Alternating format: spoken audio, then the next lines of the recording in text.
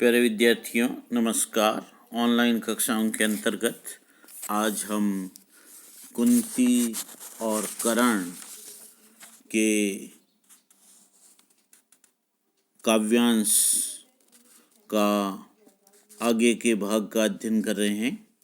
और कुंती बड़ी उद्विग्न मुद्रा में कर्ण के पास जाती है और उसी का यहाँ चित्रण किया गया है कि उसकी किस प्रकार से वह अस्थिर है, उसकी मनोस्थिति स्थिर नहीं। उड़ती वितर्क धागे पर शंख सरीखी, सुदियों की सहती चोट प्राण पर तीखी। आशा अभिलाषा भरी डरी भरमाई, कुंती ज्यों ज्यों जानवी तीर पर आई।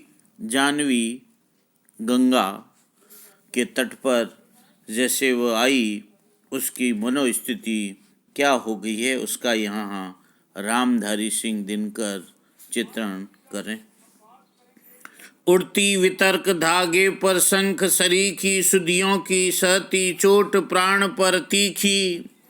कर्ण के पास जाते समय कुंती की मनोदशा तर्क वितर्क से उसी प्रकार अस्थिर थी जैसे डोर से बंधी पतंग की दिशा स्थिर नहीं रहती है।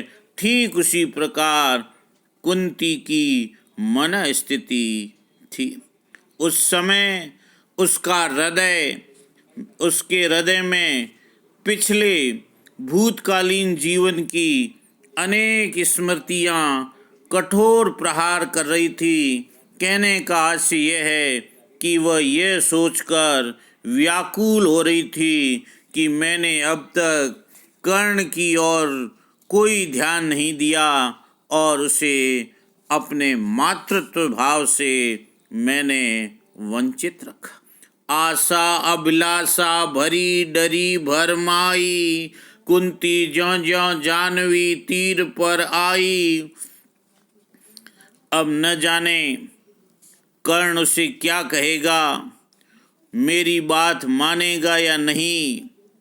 इस प्रकार अनेक प्रकार की आशा आकांक्षाओं से भ्रमित हृदय वाली कुंती डरी हुई सी चल पड़ी तथा जैसे तैसे गंगा के तट पर पहुंच गई। आगे कह रहे हैं, दिन मणि पश्चिम की ओर क्षितिज के ऊपर थे, घट उड़ेलते खड़े कनक के भू पर। लालिमा बहा अग जग को नहलाते थे, खुद भी लज्जा से लाल हुए जाते थे।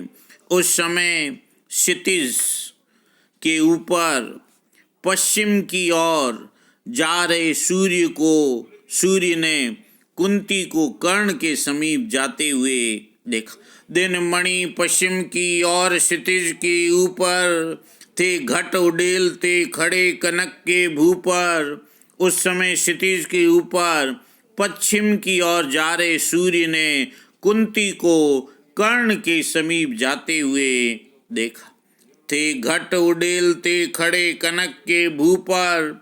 उस समय सूर्य धरती पर सुनहरी किरणों के घड़े भर भर कर उड़ेल रहे थे और अपनी लालिमा बहा अग जग को नहलाते थे, खुद भी लज्जा से लाल हुए जाते थे।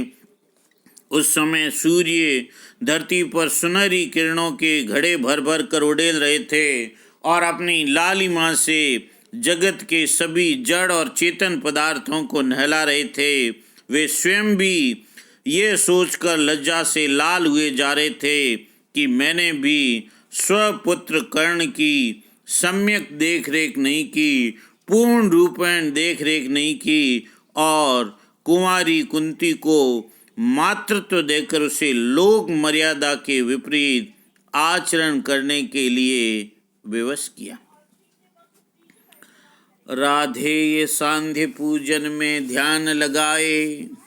आगे कह रहे हैं, ऊपर वाले पद में वितर्क धागे में रूपक और संग सरीखी में उपमा अलंकार है और यहाँ कनक घट उड़ेलने में मानवीकरण अलंकार है और सूर्य के लज्जित होने में ये भाव मानव का भाव व्यंजित किया गया है, इसलिए उत्प्रेक्षा अलंकार। राधे सांध्य पूजन में ध्यान लगाए, था खड़ा विमल जल में युग बाहु उठाए। तन में रवि का प्रतिम तेज जगता था, दीपित ललाट अप्रार्क सदृश लगता था। अप्रार्क अपर अर्क, और अपर यानी दूसरा और अर्क यानी सूर्य, दूसरा सूर्य।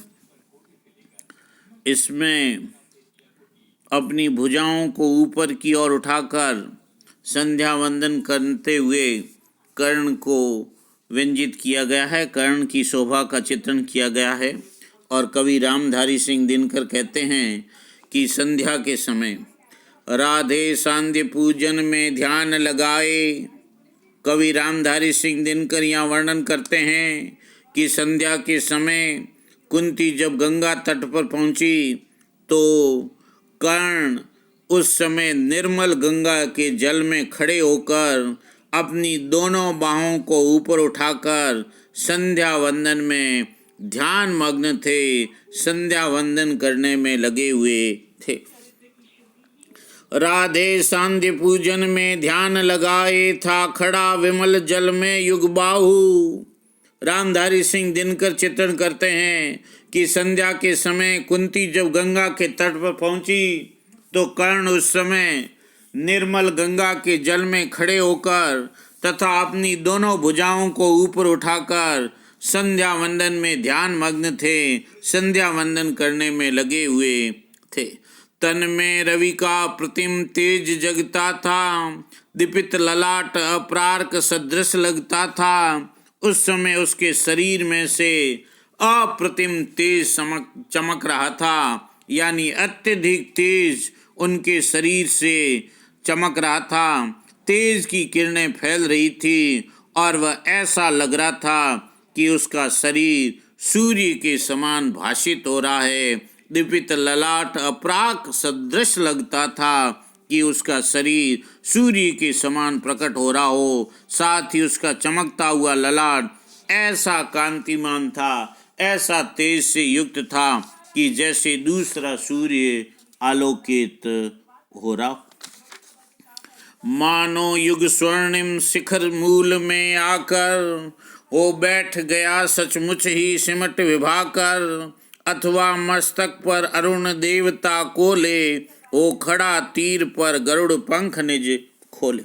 कवि फिर कहता है कि मानो युग स्वर्णिम शिखर मूल में आकर, कि कर्ण के दोनों भुजाओं के मध्य में उसका प्रदीप्त मस्तिष्क ऐसा लग रहा था कि मानो दो स्वर्ण शिखरों के मूल में अर्थात निम्न भाग में आकर सूर्य सचमुच ही सिमट गया। कहने का आशय यह है कि सूर्य निम्न भाग में आकर विराजमान हो गया।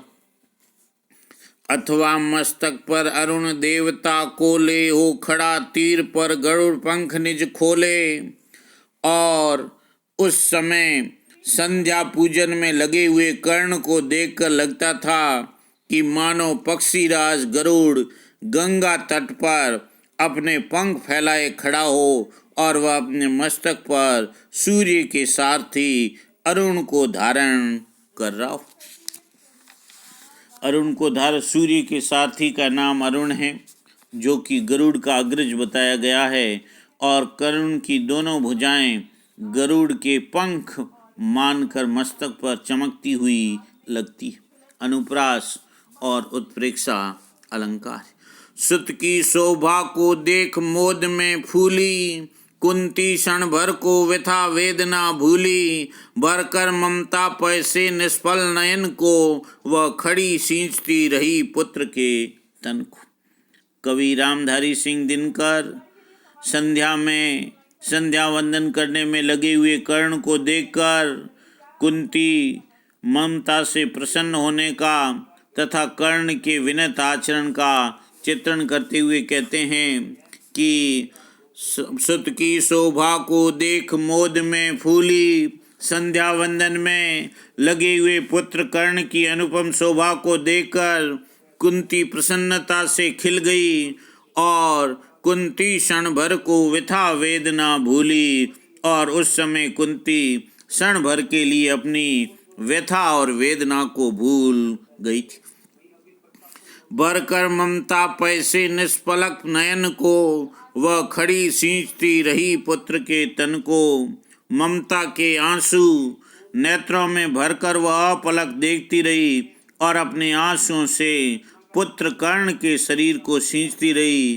कहने का आशय है, ममतावश कुंती के आँखों से अश्रुधारा प्रवाहित हो गई और अश्रुधारा से अश्रुपात करती हुई वह खड़ी रही। धन्यवाद।